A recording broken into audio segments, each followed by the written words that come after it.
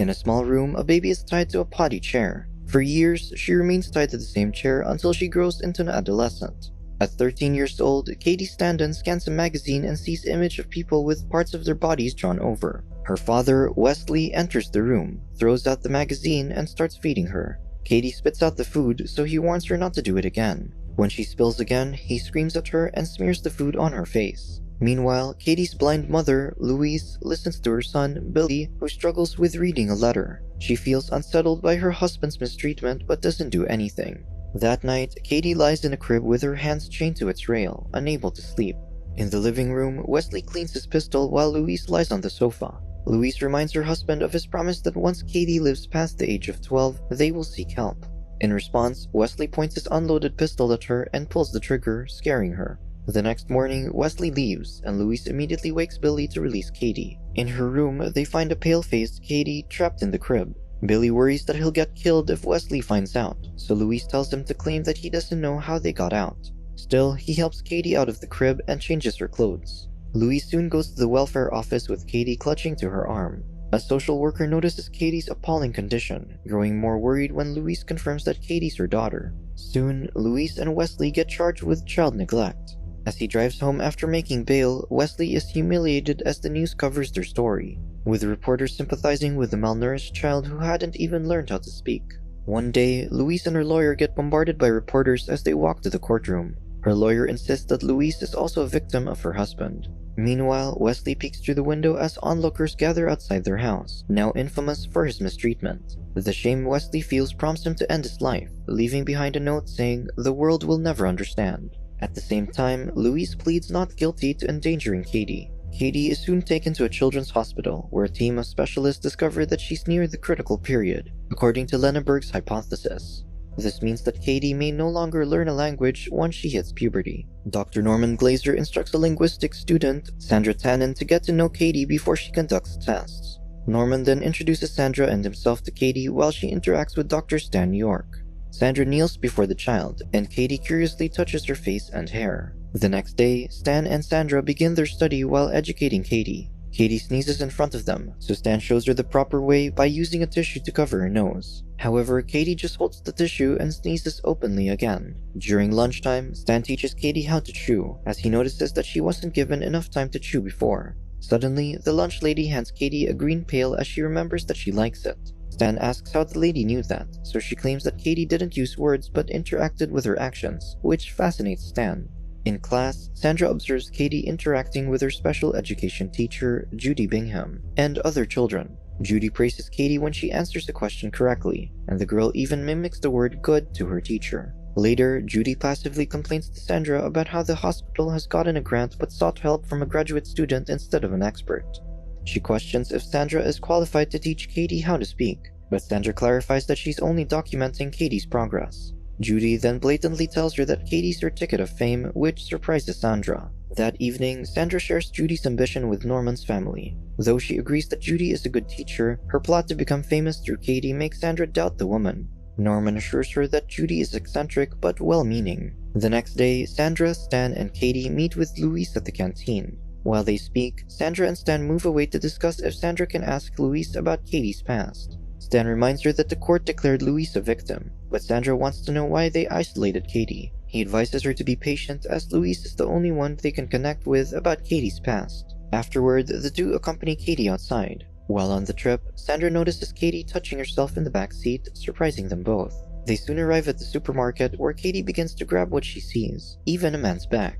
The man gets surprised, so Sandra and Stan quickly get hold of her. Katie goes to the meat section and grabs a piece. The butcher notices her, so he hands her raw meat, which she sniffs while Sandra and Stan observe. When Sandra arrives home, she shares her observations on Katie with her boyfriend, Rob. She recalls buying Katie a green pail at the supermarket, but the cashier wondered if they needed another since another woman had already bought one for Katie. Sandra is fascinated that Katie was able to communicate with the other woman without speaking.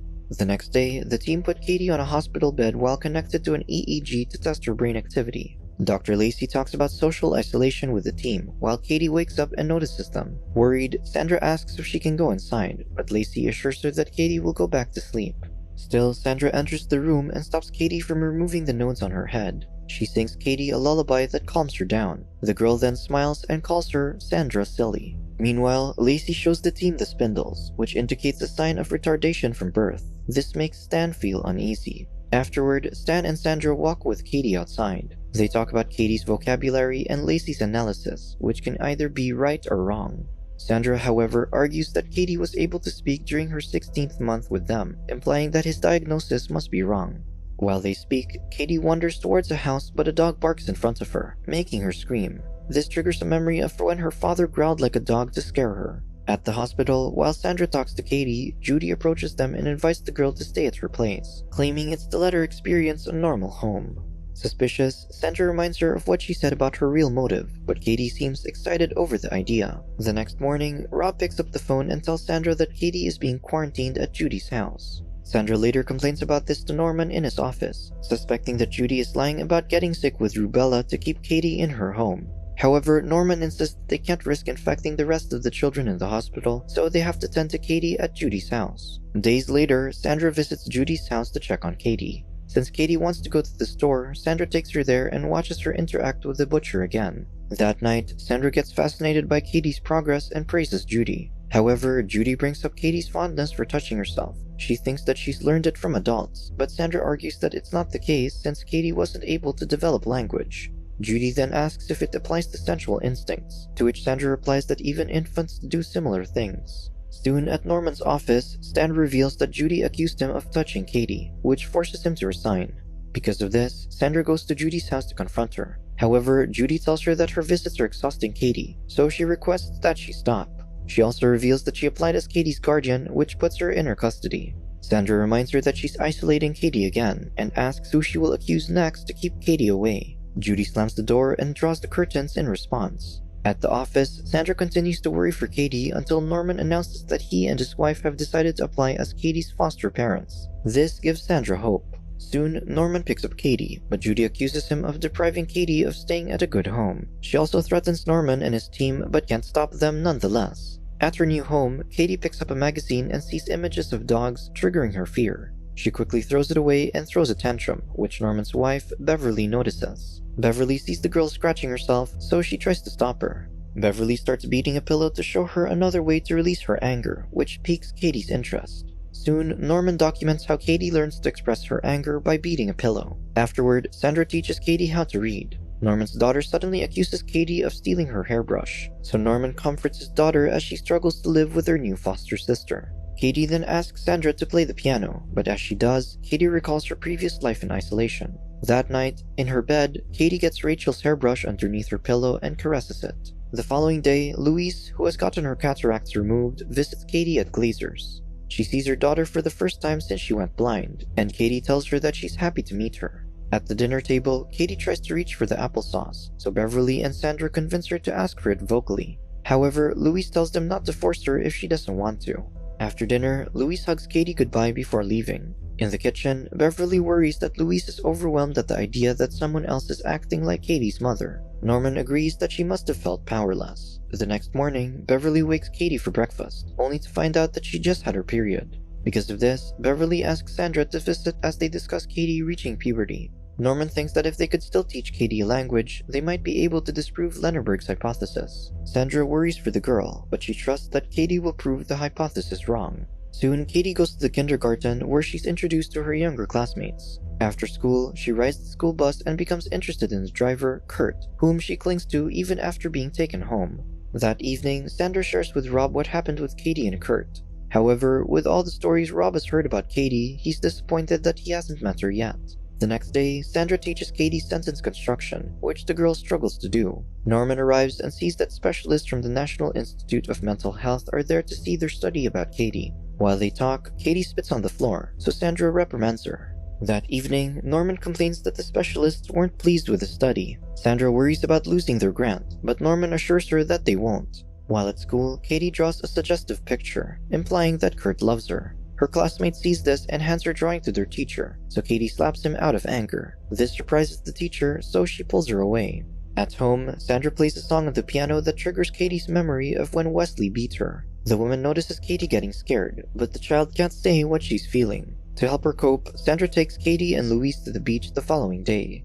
While Katie plays, Louise shares that Wesley harmed Katie whenever she made noise. He would hit her with a stick or growl, which explains Katie's fear of dogs. Louise then complains that the Glazers don't want her to meet Katie at their house, but Sandra clarifies that they just don't want her to feel uncomfortable around them. Louise, however, isn't convinced. That evening, Sandra introduces Rob to Katie, and the girl is ecstatic about meeting a new friend. She even shows off something she sewed. Soon, however, Sandra checks her records and realizes that Katie hasn't made progress. She shares with Norman that though Katie is learning new vocabulary, she can't construct grammatically correct sentences. However, Sandra remembers Katie expressing herself through actions and expressions, so they decide to teach Katie sign language, which she easily learns. Unfortunately, Katie's grant gets discounted, thus returning Katie to her mother's custody. Because of this, Norman soon sends Katie back to Louise's house, now with a better bedroom. However, when she hears Norman leave, Katie cries. One day, Sandra visits Louise and announces that she has sent a grant proposal to work with Katie again. However, Louise has decided to send Katie to an institute since she's hard to deal with. Louise claims that Katie never did certain things, but Sandra points out that it's because she wasn't able to. Worried that an institute would halt Katie's development, Sandra suggests putting Katie in a foster home instead, and Louise agrees. Katie is soon sent to her new foster family, the Mannings. The foster parents, however, are strict and refuse to let Katie use sign language because they don't understand her. Meanwhile, Sandra runs into Judy at the supermarket, who's angry at her article about Katie's linguistic development. She insists that Katie could talk properly in her care, unlike what Sandra claims. She also adds that Wesley hurting her is pure speculation. One day, Katie vomits her cereal and eats it again, so her foster father slaps her. That night, Sandra visits the family, but the couple claims they've banned Katie from seeing her mother. They believe that to impress a child, she must be deprived of something she values. Sandra reminds them about Katie's unusual background, but they claim that all their foster children have unusual backgrounds, yet they don't act like an animal as Katie does. Worried, Sandra checks on Katie, but the girl refuses to speak as she's afraid that she'll vomit. Sandra suggests using sign language, but to no avail. Sandra then calls Norman and begs him to get Katie out of the Mannings, so he promises to help. He soon returns to the Mannings to take care of Katie in the meantime, but struggles to feed her as the girl refuses to open her mouth. With no progress days later, Sandra asks the social worker in charge of Katie to relocate her immediately, as she won't speak or eat. The social worker, however, thinks it's Katie's fault. When Sandra returns to Katie, she discovers that she's been harming herself. This prompts her to speak with Norman again, stressing that Katie is in danger. Finally, Norman uses his position to put Katie back in the hospital. There, Sandra speaks with Amanda, who's in charge of Katie's case. Amanda suggests that Katie lives with her since they already have a good relationship. With this in mind, Sandra asks Rob his thoughts, but he worries since Sandra hasn't finished graduate school yet. Still, Sandra can't help but consider the option.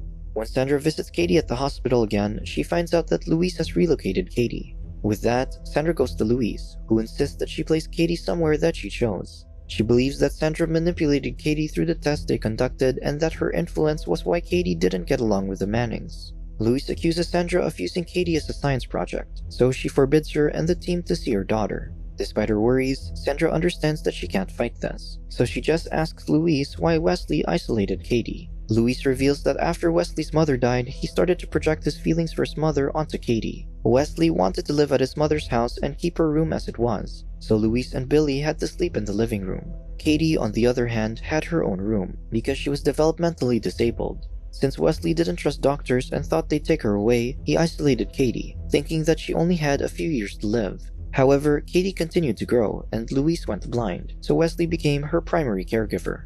After her experience with Katie's doctors, Louise admits that she's starting to agree with Wesley's way of thinking about them. Sandra then leaves the house and finds Judy heading to Louise. Here, she discovers that Louise believed Judy's accusations, but it still wasn't enough for Judy to get custody of Katie. Since she's forbidden to see Katie, Sandra reminisces their moments by watching their tapes. Years later, Sandra writes how she wishes Katie well and thinks that she should have given her the thing she's lost. However, she knows that it's no longer under her control. She then carries her newborn and sings her a lullaby. Meanwhile, Judy continues to throw accusations at Katie's team, and Louise becomes blind again. Sandra is still forbidden to see Katie, even though she resides nearby. The unusual case of Katie's stand-in, who wasn't able to fully master any language, further proves the validity of the critical period hypothesis. Subscribe to watch more videos like this.